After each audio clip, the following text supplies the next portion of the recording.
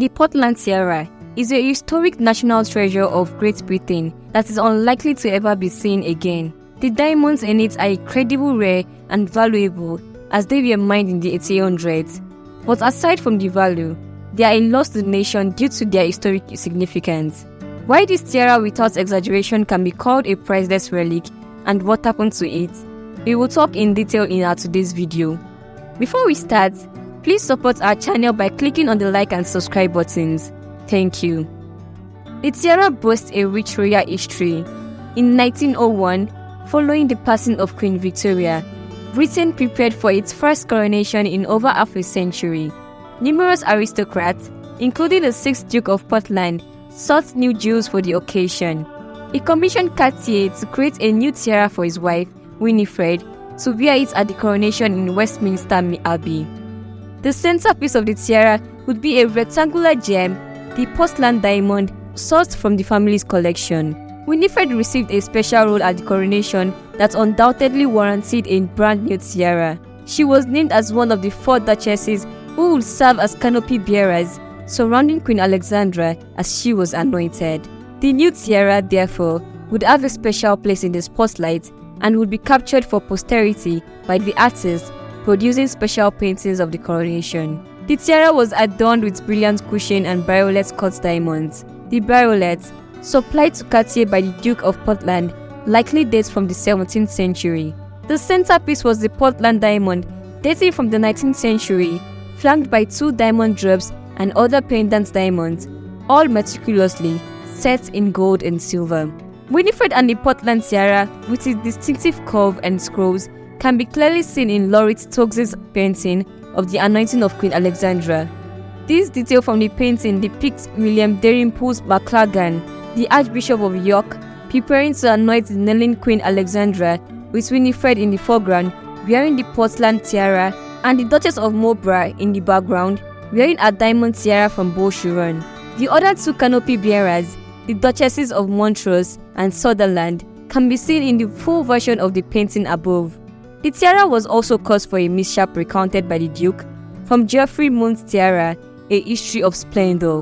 In the 1930s, the 6th Duke of Portland experienced an unfortunate incident involving the elaborate diamond headdress intended for his beautiful wife, Winnie.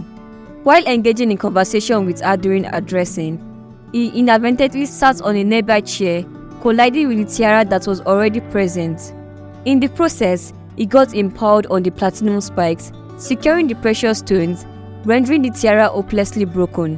While my wife was dressing for dinner, I threw myself into an armchair. Both she and her maid gave a scream, and so did I, for I had sat down upon the very sharp point of the diamond tiara.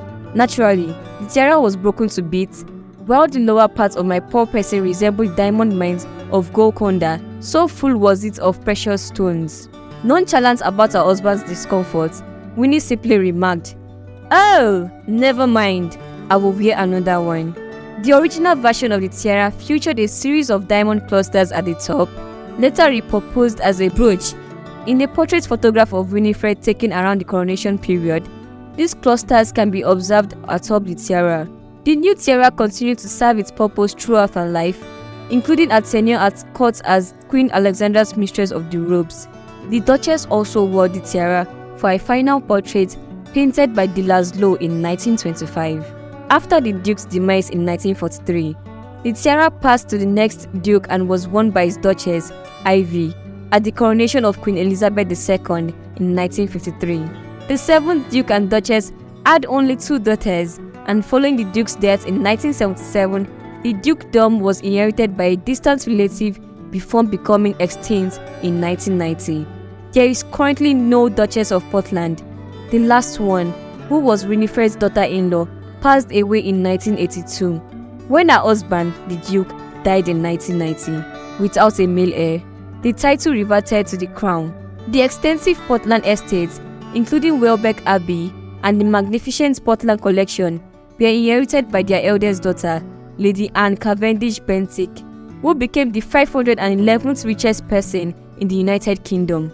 Although considered a potential bride for Prince Charles of Belgium, she never married after her parents refused her marriage to the Duke of Leeds in 1977. the Dowager Duchess established the Alley Gallery and Foundation to encourage creativity in all of us. After Lady Anne's death in 2008, her nephew, William Parenti, inherited the Portland estate and collection. In 2010, he sold numerous historic family jewels to settle down debt duties. However, the Cartier Portland Tiara remained in the family and was in the Alley Gallery at Welbeck Abbey Estate until the tiara was stolen in 2018. On November 20, 2018, criminals employed power tools to shatter an armored glass case in the gallery between 9:45 p.m. to 10 p.m., making off with a diamond-encrusted tiara and matching brooch valued at approximately £3.75 million. Despite blaring alarms, the burglars, adorned in white suits and motorcycle helmets, utilized a stolen silver Audi RS, which they later set ablaze to execute the high-stakes operation. Law enforcement narrowly missed apprehending the thieves by mere minutes. The security services missed the thieves by 90 seconds, and the police arrived on the scene 2 minutes later. This was disclosed by a spokesperson for the Welbeck estate. Those 90 seconds proved crucial, determining the fate of the tiara. Even then, it was evident that the tiara was unlikely to be recovered in pristine condition. James Louis of Bamford's Auctioneers in Derby remarked, "This could be worth millions, but it is such a well-known piece it can't come up for public sale." The most horrendous thought is it could be something called a breaker, where the diamonds are taken out and sold individually. The significance and cultural value of these stolen jewelry pieces are challenging to overstate. They were intended for public enjoyment, and their thefts constitute a shocking event, ensuring they will never again be seen in their original state. Subsequent investigation linked the heist to a series of robberies in early 2019, leading detectives to raid shade shop Paris Jewels in London's Hatton Garden, where they believed the tiara had been taken.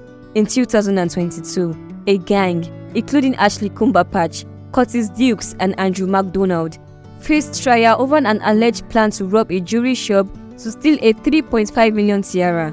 On July 15, 2002, they were unanimously found guilty of stealing the Portland tiara.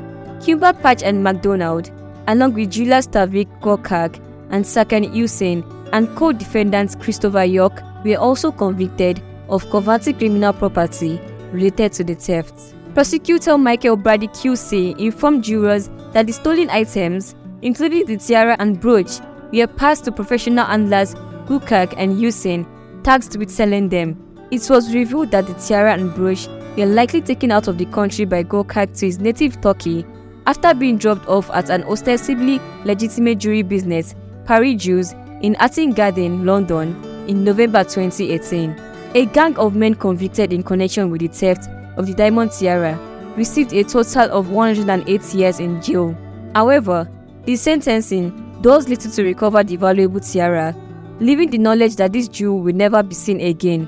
According to Richard Edgecombe, creator of jewelry at the Victoria and Albert Museum, the Portland tiara is recognized as a jewel of supreme importance and stands as one of the great historic tiaras of Great Britain. Thank you for watching this video. Share your impressions in the comments and support my channel by subscribing and liking. Thank you.